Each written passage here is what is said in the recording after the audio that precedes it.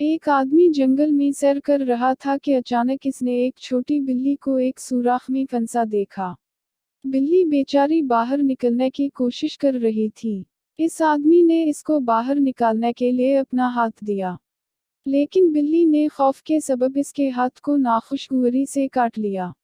دور سے کھڑے ایک آدمی نے یہ دیکھ کر حیرانی سے کہا، خدا کے لیے اس بلی کی مدد کرنا بند کرو، یہ خود ہی اپنے آپ کو باہر نکال لے گی۔